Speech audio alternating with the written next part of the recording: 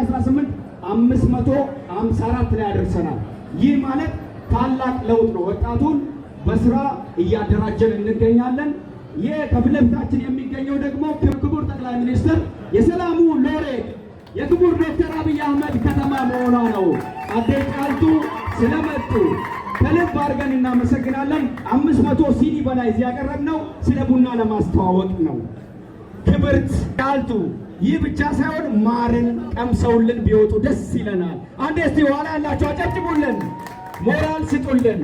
ተወዳጅ መሪ የሴት ጀግኒት ክብርት ጫልቱ ስለመጡ ከልብ አድርገን እናመሰግናለን። ከልብ አድርገን እንወዶታለን።